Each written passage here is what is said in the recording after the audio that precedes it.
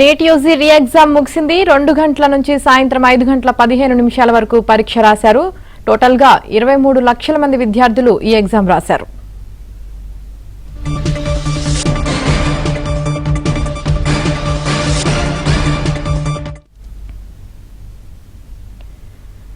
నేటి UG re exam ముగిసింది. ఇక దీనికి సంబంధించి పూర్తి సమాచారం మా ప్రతినిధి సంగీత అందిస్తారు. సంగీత.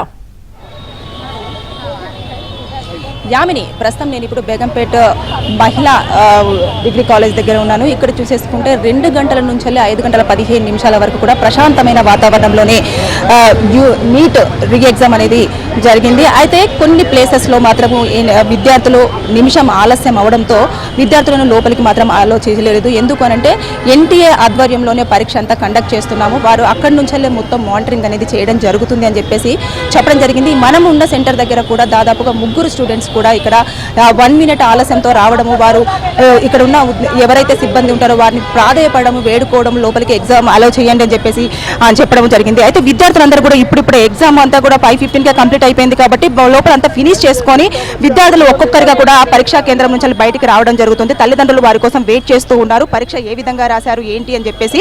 అయితే విద్యార్థులు 11 గంటల ప్రాంతంలో పరీక్షా కేంద్రంలోకి వెళ్ళడం జరిగింది. ఇప్పుడు బయటికి వస్తూ ఉన్నారు. అంటే ఎలాంటి అవాంఛనీయ సంఘటనలు జరగకుండా దాదాపుగా మొత్తం దేశవ్యాప్తంగా కూడా 1,38,000 సీసీ కెమెరాలను కూడా అరేంజ్ చేశారు. కాబట్టి విద్యార్థులు ఏ పరీక్షా కేంద్రాల దగ్గర 1 నిమిషం ఆలస్యంతో లోపలికి వెళ్ళలేకపోయారో ఆ విద్యార్థులను లోపలికి పంపించాలని ప్రయత్నం చేసినా కూడా మేము అనవసరంగా అక్కడ ఎక్స్ప్లెనేషన్ ఇచ్చుకోవాల్సిన పరిస్థితి చోటు చేసుకుంటుంది కాబట్టి మేము పంపించలేకపోయాము అని చెప్పేసి అయితే కొంతమంది అధికారులు చెప్పడం జరిగింది.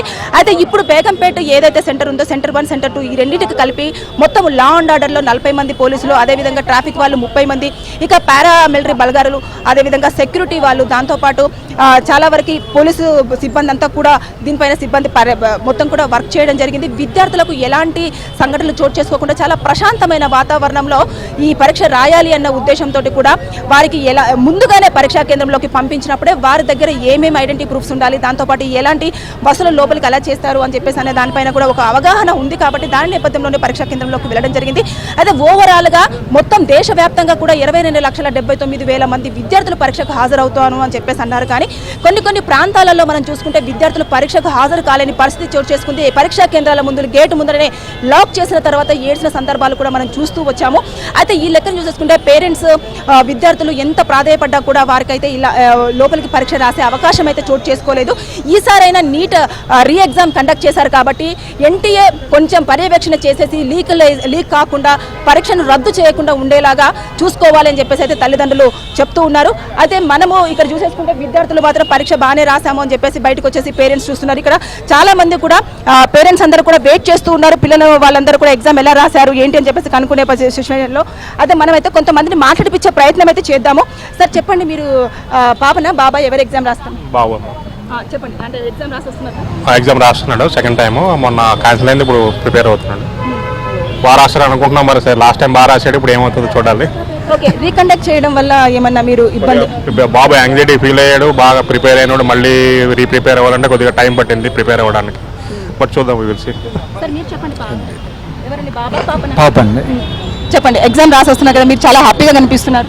హ్యాపీగా అంటే ఈజీగా పేపర్ ఎలా వచ్చిందో తెలియదు కాబట్టి కొంచెం యాంగ్జైటీగా ఉంది, తెలుసుకోవాలని అంతే. ఎలా రాశారు? లాస్ట్ టైం బాగా రాశారు, ఈసారి కొంతమంది పిల్లలు పాపం పరీక్ష రాయలేని సిచ్యువేషన్స్ మనం చూస్తూ వచ్చాము. మీ కళ్ళ ముందే కూడా జరిగింది ఉదయం పూట. దానికి అర్లీగా రావాలి, దానికి ఎవరేం చేస్తారు? రెస్పాన్సిబిలిటీ ఫ్యామిలీ మెంబర్స్ తీసుకోవాలి కదా, దానికి గవర్నమెంట్ బ్లేమ్ చేయలేము కదా. అయితే ఇక్కడ చూసుకుంటే విద్యార్థులు కూడా బయటికి రావడం జరుగుతుంది. అయితే విద్యార్థులను కూడా మనము మాట్లాడిపించే ప్రయత్నం అయితే చేద్దాము, మాట్లాడతారా లేదా అనేది కూడా చూసే ప్రయత్నం. How is your exam? Oh, it was fine. It was paper. How is come? Paper. It was okay. Okay. Yeah. Okay. పాపా ఎలా వచ్చింది పేపర్ ఎలా వచ్చింది? ఓకే, మోడరేట్ గా ఉంది. బాగుందా? లాస్ట్ టైం కంటే ఈ టైం ఎలా ఉంది? బెటరా? లాస్ట్ టైం మీరు కొంచెం టఫ్ అని ఫీల్ అయ్యారా? ఫిజిక్స్ టఫ్ ఉండే నాకైతే. సరే, okay, physics I can do. Okay, fine. అంటే పిల్లలు కూడా చాలా బాగా రాసామని చెప్పేసి అంటున్నారు. పాప ఎలా వచ్చింది పేపర్? బాగానే వచ్చింది, కానీ మరి అంత 15 నిమిషాల టైం ఎక్స్టెండ్ చేసి ఇచ్చారు కదా, అంటే మీకు కొంచెం పెంచారు కదా, 5 o'clock ఫినిష్ అవ్వాల్సింది. ఈ 15 minutes మీకు యూజ్ అయిందా? ఏం యూజ్ కాదు, మరీ అంత కాదు, కానీ కొంతమందికి అయితే యూస్ఫుల్ అయిందంటే కొంచెం టాపర్ ఉన్న వాళ్ళకైతే యూస్ఫుల్. నాకేం యూస్ఫుల్ కాదు. నాన్న ఎలా రాసా ఎగ్జామ్? కైకురోరే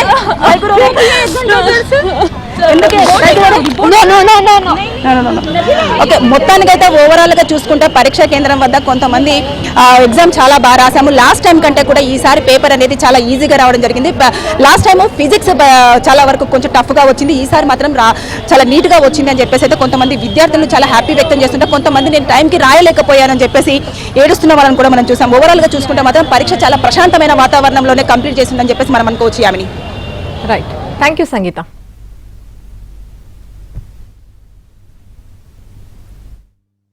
ఎన్టీఏ కూడా దీనిపైన చాలా వరకు